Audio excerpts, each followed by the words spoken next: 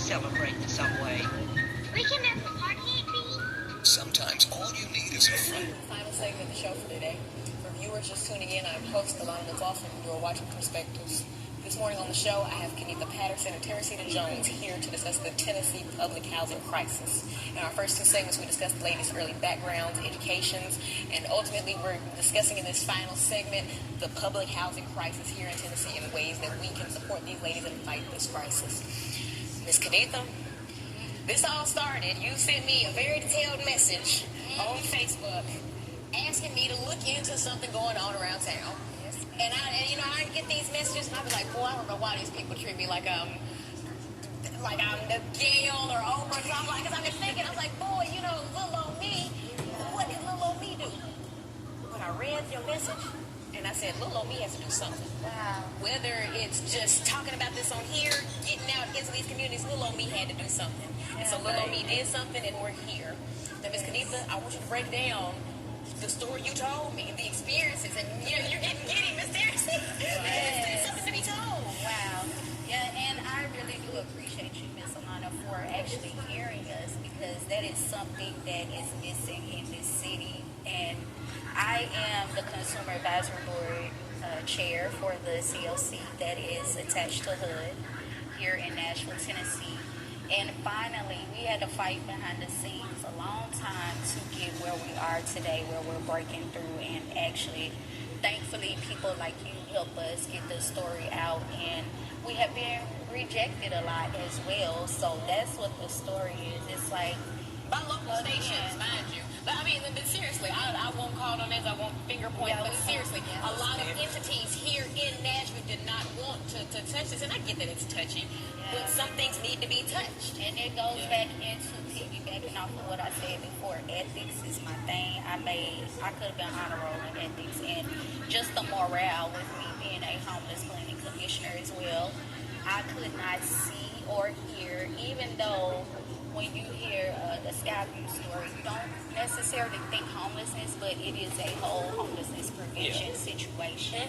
Because starting out, I've been calling Skyview Ground Zero because it's the first complex. It's up on the hill. It's in the capital of Nashville, Tennessee.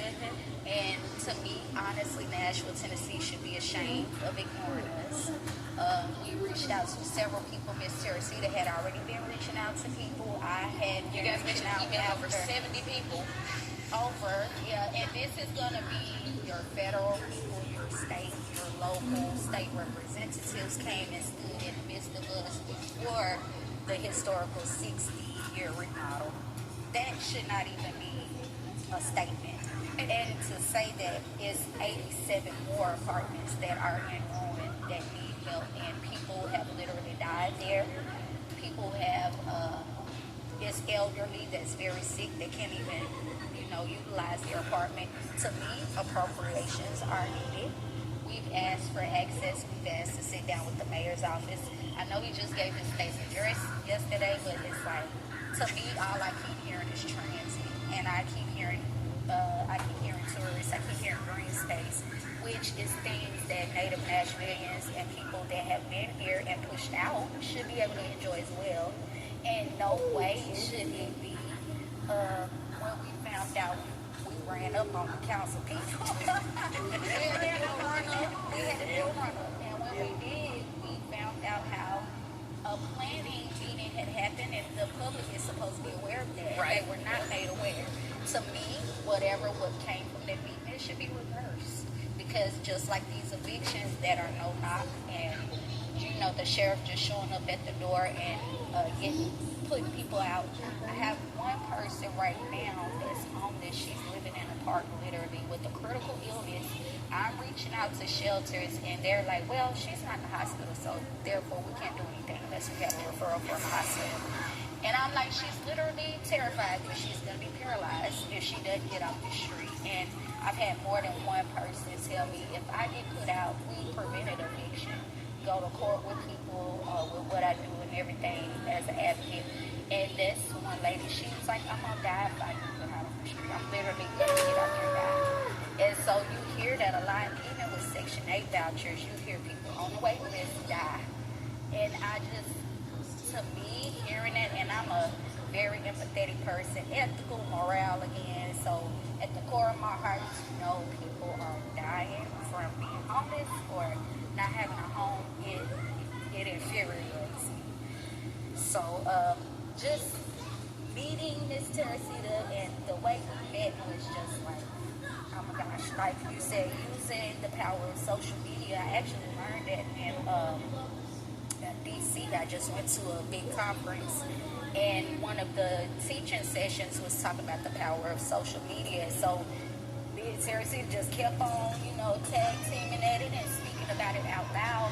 And that's the thing. People are scared of retaliation. They don't want to speak out, so it makes it look like you're only speaking by yourself. Again, really, it's all these people behind the scenes. Like we said, the sex offenders entering homes with children. No way that should ever be. No way it should ever be that we can't grieve into what's going on with these situations or be able to reach out to these entities. That's another thing. People don't know who their caseworkers are, what type of vouchers they have, what the vouchers give. Home ownership is attached to this, but we're not able to utilize any of this because of access issues and them ignoring us. So I'm looking at you like, yeah, I didn't even mention legal aid. Yeah, because for me, it's like, I watched my mama do this, and I have did research on this way before this situation. I even got loud about the situation. I've been fighting my apartment complex for 3 years, and I reached out to so many people. And what I noticed here in Davidson County, all the higher ups that we reached out, everyone keeps telling us the same thing. We know, but y'all have called so many people, we don't know what to do. How y'all don't know what to do if this is our housing right? It doesn't matter if you live in public, affordable, or Section 8 housing. Somewhere along the line, they forgot the steps after public housing. You get what I'm saying? Because why am I spending $600-700 if I have a set income? Just like I bring in 943 SSI, why am I spending half of that on a light bill in rent? It makes no sense. Yeah, it doesn't make no sense. And like this was like literally the last month I stood firm on. I'm not paying a $551 light bill that y'all was supposed to pay in the midst of all these. But you're gonna tell me you're not gonna pay it. So if you're not gonna pay it, my lights get cut off, and I'm gonna be homeless. Because per your rules and others, if my lights get cut off, I'm in violation of my rules. So, and something as simple as that, people outside of public housing forget to pay their light bill. Yeah. I mean, that granted, like, I stay pretty on top of my NES, but I be on the day sometimes. Right. So to know that somebody would just pluck me up out of my home and tell me, well, you gotta go because you couldn't pay a light bill. And the light bill was from them doing the remodel. Yeah. Or something like during the snow where everyone was uptick. I feel like they put it across everybody. When that happens, honestly, in communities, I've seen that happen, and it was like $1,000 light bills before, and I was like, yes, I just see things and I see patterns, and so I'm like, just with what is going on, there's a lot of stereotyping the tenants. Even down to, remember, Consumer Advisory Board, I'm the chair, we go to the contributor every month, every last Wednesday of the month at 9:30 a.m. So, with that being said, the tenants there, which they are houseless, and they were like, what about the mayor coming to see about us? Why doesn't he want to see us? Or what's wrong with us where we can't be treated as humans as well? So, yeah, and I wanted to give a shout out to the U.S. Senate candidate, Pamela Moses, has really been there for us, and My Brother's Keeper Outreach Ministry, Zeal Outreach Ministries. They have stood behind.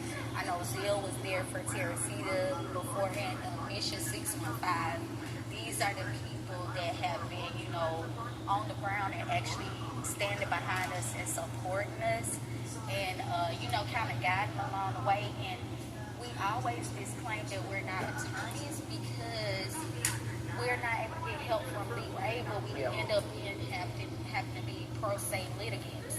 And there's no way that I should know what that word means. It's not. Most people don't know what that is. And ladies, I hate that we're running out of time, but I want to thank you for bringing awareness to these issues. And I want everyone to connect with Teresita Jones and Kenitha Patterson, the homeless CEO. And I want people people to continue to further these ideas and to talk about the public housing crisis in Tennessee. And to my viewers, I thank you for allowing me to share these stories, and I thank you for humbly supporting these ladies and supporting myself. Thank you, and good morning.